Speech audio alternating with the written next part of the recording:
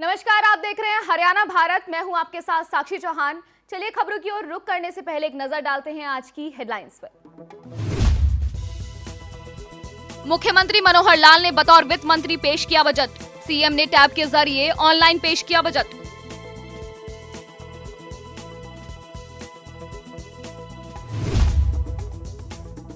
Budget में 9वीं से 12वीं तक के सभी बच्चों को मुफ्त शिक्षा का किया ऐलान। 192 करोड़ रुपए गुणवत्ता शिक्षा के लिए किए गए आवंटित।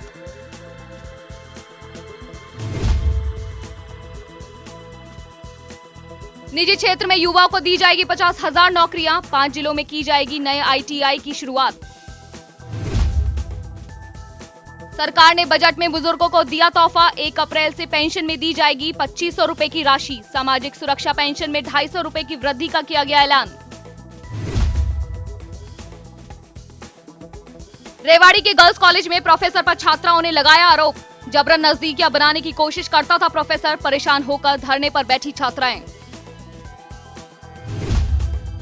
मुख्यमंत्री मनोहर लाल ने बतौर वित्त मंत्री प्रदेश का बजट पेश किया। ये बीजेपी जेजेपी गठबंधन सरकार का दूसरा बजट था। मनोहर लाल ने ये बजट टैब के जरिए ऑनलाइन पेश किया। बता दें कि डिजिटली बजट पेश करने की शुरुआत मुख्यमंत्री मनोहर लाल ने ही की थी, जिसके बाद देश और राज्यों में भी डिजिटल पेश करना शुरू हो गया। प्रदेश में इस बार 1,55,645 करोड़ रुपए का बजट पेश किया गया। प्रदेश में पेश किए गए दूसरे बजट को लेकर सीएम सरकार ने अपने मंत्रियों, विधायकों और सांसदों के साथ विचार भी किया। साथ ही सीएम ने सभी से बजट को लेकर सुझाव भी मांगे थे। सीएम ने बजट पेश करते हुए कहा कि उन्हें बजट को लेकर विधायकों, सांसदों से 410 सुझाव मिले हैं। इनमें से 54 सुझाव ही बजट से जुड़े थे, बाकी क्षेत्र की मांगों के थे। साथ ही कोरोना पर सीएम ने कहा कि कोविड की चुनौतियों के बीच वर्ष 2021-2022 का बजट तैयार किया गया है। हितधारकों के बजट 2021-22 के लिए अपने बहुमूल्य सुझाव और विचार साझा करने का अनुरोध किया था। मुझे बताते हुए खुशी हो रही है कि विधायकों और सांसदों से 410 सुझाव मिले हैं, जिनका अध्ययन करने पर ध्यान में आया है कि बजट संबंधी लगभग 54 प्रस्ताव हैं, शेष क्षेत्र की मांगों के ऊपर आधारित हैं। इसलिए जितने सुझाव पिछली बार शामिल करने के लिए थे।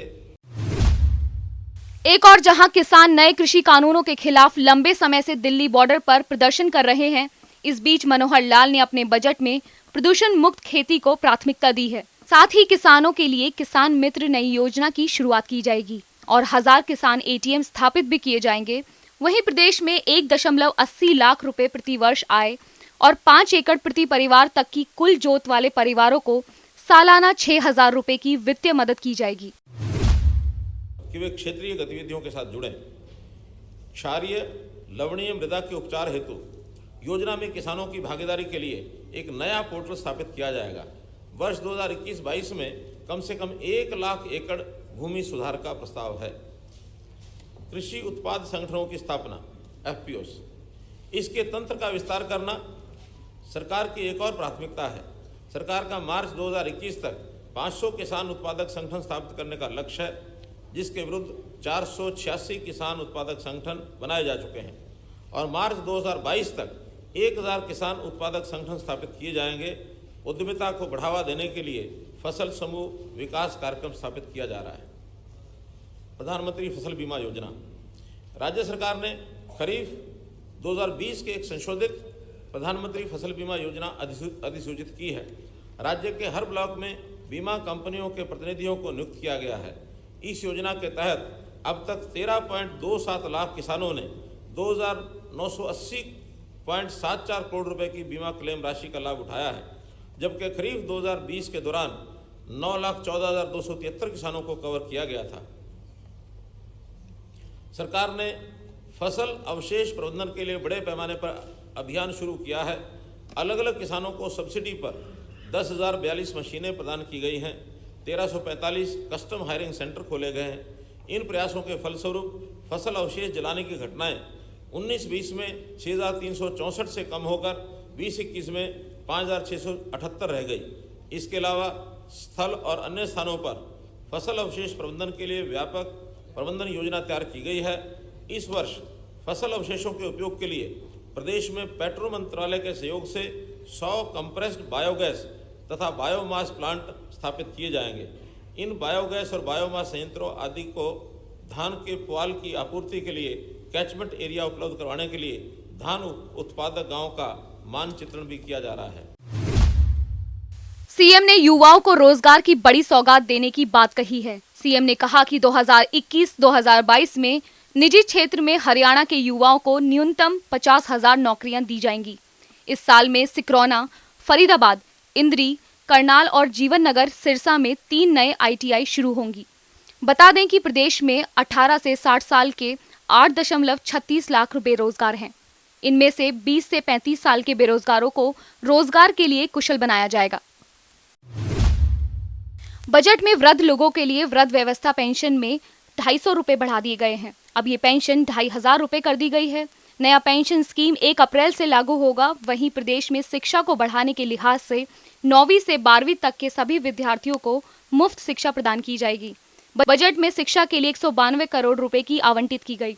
वहीं मनोहर लाल ने अनुसूचित जाति के लोगों को मिलने वाली कानूनी सहायता योजना की राशि 11,000 रुपए से बढ़ाकर 22,000 रुपए करने का ऐलान किया है। प्रदेश में गरीबी रेखा से नीचे जीवन यापन करने वालों के लिए अब मुख्यमंत्री अंत्योदय उत्थान अभियान शुरू किया है। सीएम ने इसकी घोषणा की। इस अभियान के तहत 1 लाख गरीब परिवारों की पहचान करके उनके न्यूनतम आर्थिक सीमा को सरकार 1.80 लाख तक पहुंचाने को लेकर कदम उठाएगी। मुख्यमंत्री अंत्योदय उत्थान अभियान 2025 तक चलाया जाएगा। सीएम ने कहा कि उन्हें उम्मीद है तब तक गरीबी रेखा से नीचे जीवन यापन करने वाला कोई परिवार नहीं बचेगा।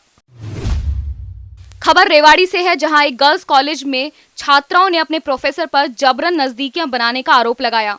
वहीं ABVP और छात्राओं ने प्रोफेसर के खिलाफ मोर्चा खोला और छात्राओं ने महाविद्यालय के गेट पर बैठकर धरना प्रदर्शन किया। छात्राओं का कहना है कि उनका प्रोफेसर जबरदस्ती लड़कियों के नजदीक जाने को लेकर छात्राओं पर दबाव बनाता था। इस मामले में कॉलेज के प्रिंसिपल ने कहा कि उन्हें छात्राओं की ओर से कोई भी शिकायत नहीं मिली थी, लेकिन वो बच्चों से इस मामले में बात करेंगे। मेरे संज्ञान में अब तक किसी भी बच्चे ने इस तरह की कोई रिटर्न कंप्लेंट हमारे पास नहीं की है कॉलेज में। कल हमें पता जरूर चला है। आज हम इस चीज़ की सारी कमेटी के अगर कोई रिटर्न कंप्लेंट हमारे पास आती है तो हम इसका जरूर संज्ञान लेंगे। और आपकी उसके अनुसार मैं बता दूं कि मेरे जो हायर अथॉरिटीज़ हैं उनसे मेरी इस बारे में कंटिन्यूसली बात भी स्टार्ट हो चुकी। यमुनानगर में सड़क हादसे में एक बाइक सवार की मौत हो गई। मृतक लक्ष्मण यूपी के टांडा फतेहपुर का रहने वाला था। वहीं उसकी उम्र 65 साल बताई गई। हादसे में गंभीर रूप से घायल होने के बाद लक्ष्मण को PGI चंडीगढ़ रेफर कर दिया गया, जहां रास्ते में ही उसकी मौत हो गई। फिलहाल पुलिस ने शव को कब्जे में लेकर पोस्टमार्टम करवाकर परिजनों को सौंप दिया है और आगे की कार्रवाई शुरू कर दी है। फरीदाबाद में NIT इलाके की पॉश मार्केट में दुकानों के बाहर बने अवैध अतिक्रमणों को ढहा दिया गया और वहां बन रहे कई अवैध निर्माणों को सील कर दिया गया। इस मौके पर नगर की कार्रवाई पर लोगों ने सवालिया निशान उठाते हुए कहा कि जब ये अतिक्रमण हुए थे तो नगर निगम कहां था। लोगों ने कहा कि जिसने पैसा चढ़ाया उनके अवैध अतिक्रमण को नगर निगम ने छोड़ दिया। साथ ही लोगों ने कहा कि अब इससे बेरोजगारी होगी तो लोग आत्महत्या करेंगे। वहीं इस बारे में नगर निगम के जॉइंट कमिश्नर प्रशांत ने बताया कि ये रूटीन कार्रवाई है, जिसके दौरान अवैध अतिक्रमण को हटाया जा रहा है। 23 डोमेस्टिक सिलेंडर प्राप्त किए, जिसमें 13 भरे हुए थे, 11 खाली। अच्छा, 13 भरा हुए थे, खाली कितने थे? 11। तो सीएम फिलहाल की तरफ से आपको सूचना मिली क्या? क्या कार्रवाई इसमें की जाएगी, किस तरीके से? मुकदमा दर्ज होगा और किन धाराओं के तहत क्या कुछ है वो पुलिस वाले बताएंगे। आप भी पहुंचे हैं तो आपकी तरफ से क्या कार्रवाई इसमें की जाएगी? हमने अपनी रिपोर्ट बना ली है और उसके बाद हम अपना जमा करा के फूड एंड सप्लाई के कंट्रोलर को। फिलहाल इस बुलेटिन में सिर्फ इतना ही। हरियाणा से जुड़ी तमाम बड़ी खबरों को देखने के लिए जुड़े रहिए हरियाणा भारत से। नमस्कार।